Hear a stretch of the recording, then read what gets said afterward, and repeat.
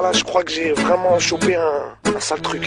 Un virus, ça vous chatouille, ça vous gratouille, c'est-à-dire Encore pire que la cage, le virus hexagonal, la fièvre coloniale, le sexiste et libéral, allergique aux musulmanes, au SDF et aux tziganes. Eh ouais camarade, je suis français mais je me soigne. Encore pire que la cage, le virus hexagonal, la fièvre coloniale, le sexiste et libéral, allergique. Bonsoir à tous.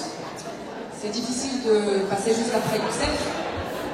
Je voulais faire la chauffeuse de salle, mais il a chauffé avant moi, ça va être compliqué. Mais je vais quand même me faire un petit kiff. Est-ce que vous voulez me faire un petit kiff? J'ai pas entendu, est-ce que vous voulez me faire un petit kiff? Oui. Je pense que, comme moi, vous avez lu la tribune de Caroline Fourest. Oui. Ceux qui me connaissent savent que j'ai rapidement le seum. En fait, il y a des gens comme ça, j'ai le seum contre eux. J'avais le seum contre Zemmour, j'ai tout fait pour qu'ils soient virés des télé, et là j'ai le seum contre Caroline Fourest. Et du coup, j'aimerais bien qu'on fasse une petite vidéo que je vais lui envoyer personnellement. On va donner son adresse mail. Donc, je vais vous filmer. Je veux bien que vous leviez les mains et vous criez que vous fassiez le maximum de bruit. Est-ce qu'on peut faire ça? Oui. Je vous ai pas entendu. Est-ce qu'on peut faire ça? Oui. Alors, j'y vais.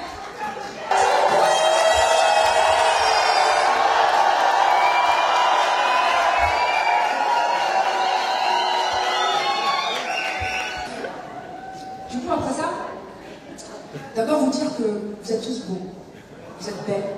Ouais, non, moi ça me fait plaisir de vous voir, ça me fait plaisir de voir cette salle pleine, nombreuse. Ça me fait plaisir d'avoir entendu les témoignages de celles et ceux qui sont venus ici partager avec nous leurs expériences. Il faut avoir du courage pour les faire, et je voudrais qu'on fasse du bruit pour elles aussi.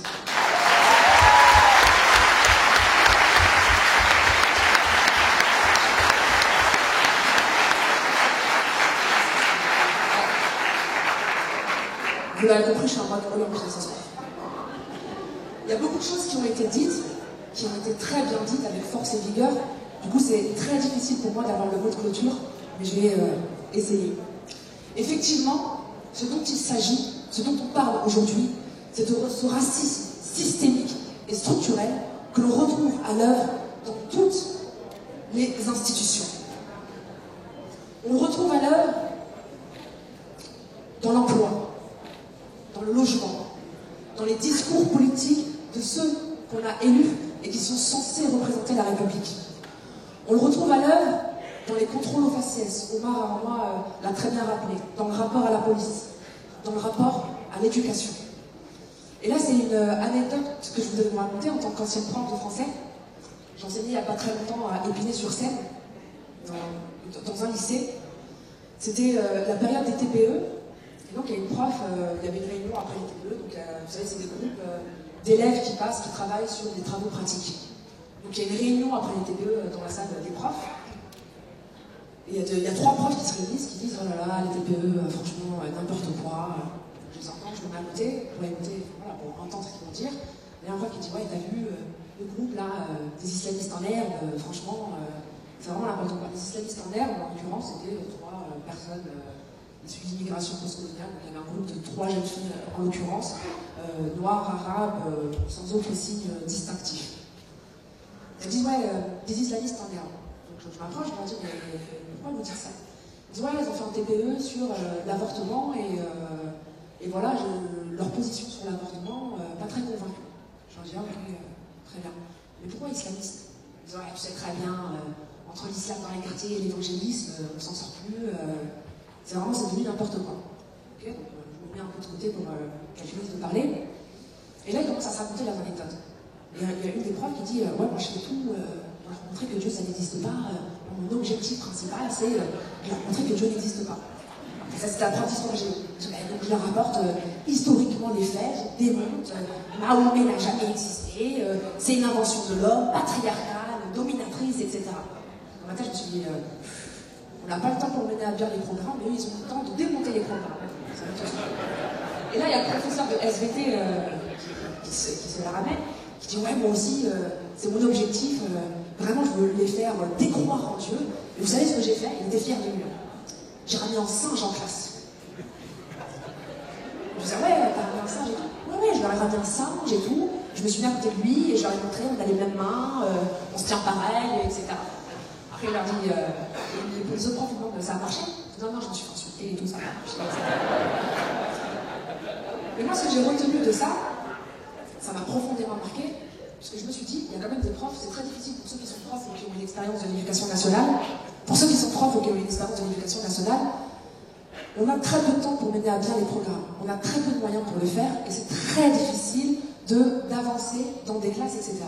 Et là, j'avais face à moi des profs respectables, enfin voilà, hein, a priori, qui s'amusaient, en fait, c'était leur objectif premier, à faire décroître ces mots qu'ils ont utilisés leur classe, en fait, parce qu'ils pensaient que c'était archaïque. Elle est là, la femme, et en solidarité féminine, tu vas pas commencer à rêver. Pour une fois qu'elle a la scène, elle est là. Et donc voilà, c'était leur but primordial de la faire décroître. Et ces expériences-là, je pense que vous avez entendu, ces anecdotes, ces témoignages, on les retrouve à l'œuvre, ces discriminations racistes, on les retrouve à l'œuvre, c'est pas la peine de revenir dessus, hein, je pense, dans tous les pans de la société, dans toutes les strates administratives, aussi bien au sein de la population que au sein du gouvernement ou des institutions. Et c'est là que le bas blesse, puisque le racisme ordinaire, c'est une chose, le racisme des gens dans la rue, c'est une chose, le racisme de nos institutions, c'est autre chose. C'est beaucoup plus violent. Et ça marque de manière durable et profondément grave nos parcours de vie. Et là, généralement, quand je dis ça, les gens disent, ouais, encore une posture victimaire, vous savez faire que vous plaindre, etc., etc. Sauf que quand je dis ça, je ne me plains pas. Quand je dis ça, je pose un constat politique et social de la situation. J'explique ce qui se passe très simplement.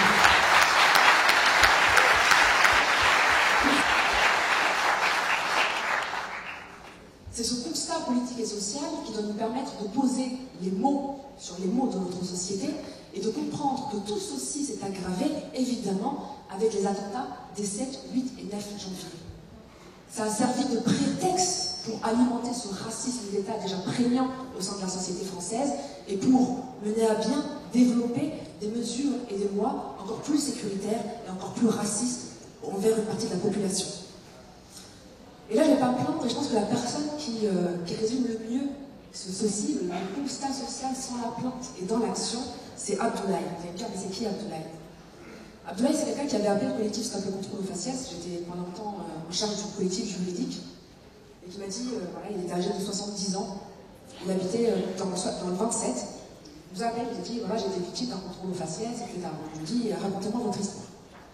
Il me dit, bah, j'étais en voiture pour attendre, j'étais allée chercher ma petite fille, donc j'étais en voiture devant l'école, et une voiture de policier qui arrive, qui se garde derrière moi, un policier qui sort, qui frappe à ma fenêtre, et qui me dit, wesh, wesh, wesh, le fou d'Allah. Donc Abdoulaye a 70 ans, il n'a pas forcément compris le wesh, wesh, wesh. J'étais très étonnée, j'ai pas compris et tout, donc il leur demande qu'est-ce qui se passe, qu'est-ce que j'ai fait, il pensait avoir commis une faute. Il dit, non, qu'est-ce que tu fais là? Je dis, bah, je vais chercher ma petite fille à l'école. Disons, il a l'air suspect. Il y avait beaucoup d'humour à Abdoulaye. Pourquoi j'ai l'air suspect? Qu'est-ce que j'ai fait avec le sourire? Il dit, bah, je sais pas, tu remarqueras que tu noteras que c'est suspect quand même. Un noir dans le 27, dans la ville d'où il vient, ben, c'est suspect. Et là, il me dit, oui, parce que vous savez, moi, c'est ma famille, on est les seuls noirs de tout le village dans lequel on vit. Je dis, on a l'habitude, on entend beaucoup ce genre d'histoire. Du coup, il ne se laisse pas faire, il ne se démonte pas, il demande quel est le motif légal du contrôle d'identité. Les policiers, évidemment, ne supportent pas, ils le sortent du véhicule, le plaquent au sol, attendent que sa petite fille sorte de l'école, avec le genou sur sa tête, pour bien l'humilier. Je dis, est-ce que vous voulez porter plainte, etc. Il me dit, non, non, je ne veux pas avoir de problème, ça va poser des soucis à toute ma famille. Je dis, ok, bah, n'hésitez pas à nous rappeler si jamais vous avez besoin de quoi que ce soit. Il raccroche, il me rappelle 2 minutes après, il me dit, ah, mais vous savez, Sierre, j'ai trouvé la solution. Je dis, avant, c'est quoi, dites-le parce que nous, on la cherche. Il me dit, bah, j'ai acheté une GoPro, je l'ai mise autour de mon cou, maintenant, et je l'avais sur ma djellaba. Maintenant, chaque fois que je marche dans la rue, quand je me balade avec ma GoPro, comme ça, je fais comme ça, je dis, vas-y, attaquez-moi, je filme tout ce qui se passe. Juste, c'est très bien, parce que, effectivement, c'est un des moyens de lutter contre les contrôles abusifs, c'est quelque chose qui est repoussoir pour la police, c'est d'avoir une caméra sur soi. Très bien. Et c'est ça qui me semble important. Et je vais avancer vers la conclusion. Et c'est en ça qu'il a très bien résumé. Il est passé du constat social et politique à l'action. Et c'est avec ça que j'ai envie de conclure. C'est l'action qui va nous réunir. Il nous faut nous organiser. Il nous faut agir. Il nous faut travailler pour obtenir ce qui nous est dû. Ce qui nous est dû, c'est le respect de nos droits, le respect de notre liberté et le respect de notre dignité. je veux vous dire que rien n'est négociable. Tout ceci n'est pas négociable. Personnellement, je ne négocierai pas avec l'État pour obtenir ce qui m'est dû. On ne négocie pas. On ne négocie pas. On ne négocie pas pour obtenir sa liberté, ses droits et sa dignité. C'est le gouvernement qui nous l'a appris, non? On ne négocie pas avec les terroristes.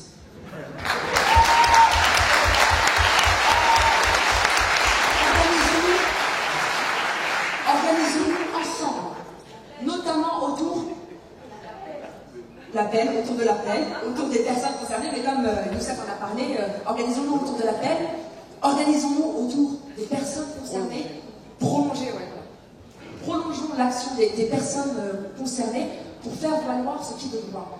Parce qu'il n'y a pas de problème musulman en France, il n'y a pas de problème noir, il n'y a pas de problème rome, il y a un problème français. Il y a un problème avec cet État français qui ne regarde pas son histoire, qui ne regarde pas son présent et qui ne regarde pas la puissance explosive que constitue ce futur. Cette puissance explosive, c'est vous. Et c'est pas du tout un appel au djihad ou à la guerre ou à l'explosion, c'est un appel à la mobilisation. Merci.